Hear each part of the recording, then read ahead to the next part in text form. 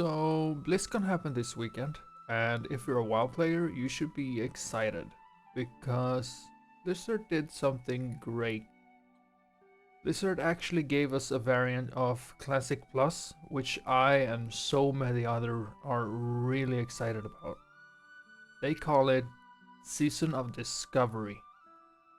And the way they're doing it is kind of interesting. So essentially the first couple of months, they are locking the level cap to 25, and we get a new raid to do, which is a reworked Black Fathom Deeps with both old and new bosses. They're also making Ashenvale into a big PvP zone, kind of like a Alterac Valley. Also, now before we move on, I should tell you that the duration of how long we'll be stuck at 25 is based on player feedback and on how we progress. Also, they're changing up the classes. They're adding new playstyles to the classes. For example, they're giving Paladins Crusader Strike, Warlocks get Metamorphosis, which is their new tank form, and Shamans can now also tank with Rockbiter weapon. This and so much more. Let's hope this shakes up the meta, although Warlocks will probably still be OP, which I'm fine with. I love these changes and I'm happy about this in general. Hello, it's me from the future. I'm so sorry for interrupting the video, but I just forgot to add a little thing, and that thing is the reason why it's called Season of Discovery is because you're out exploring the world looking for the abilities that you want to use. So yeah, I forgot to add that in the script, but it's in here now. Sorry. Past me, let's go. Also, I realized that I sound very fucking dead at the beginning of this video, but the reason for that is because I kind of recorded this at 7 a.m. in the morning, so I mean, I could reshoot it, but you know, nah. Okay, past me. Let's go. They're also releasing Cataclysm Classic, which will come with changes like account-wide collection system, the Titan Rune dungeon system that was introduced with Wrath of the Lich King Classic, as well as an improved guild feature and updates to the auction house. And also, if this is not enough for you, then they've also revealed the next 3 expansions that are part of a saga called the World Soul Saga.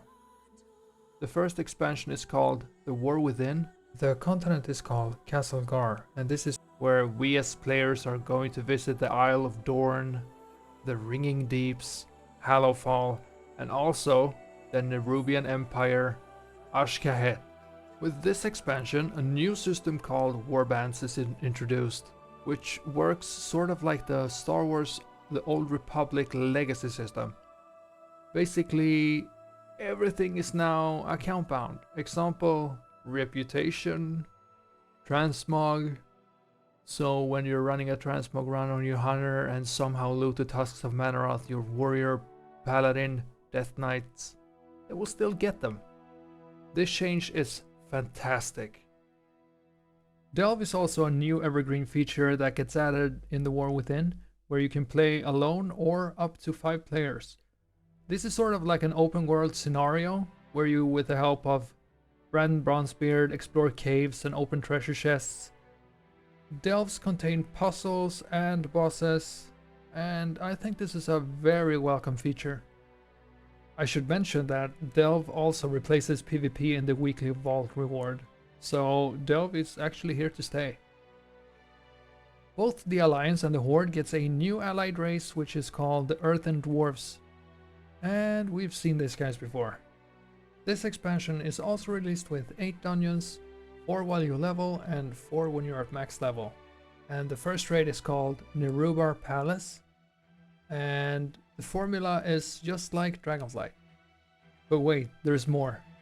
They're also adding something called Hero Talents, which works kind of like Ascendancies from Path of Exile, which means that if you're playing a hunter, you can specialize into a Sentinel, Pack Leader, or a Dark Ranger, as depicted on the screen.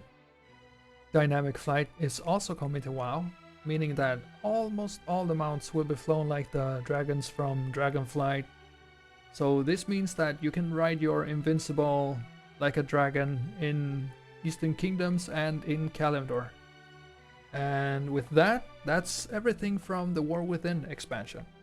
And after that, we're moving into World of Warcraft Midnight, which is the second expansion of the World Soul Saga, where we're going back to the old world, back to Quel'Thalas.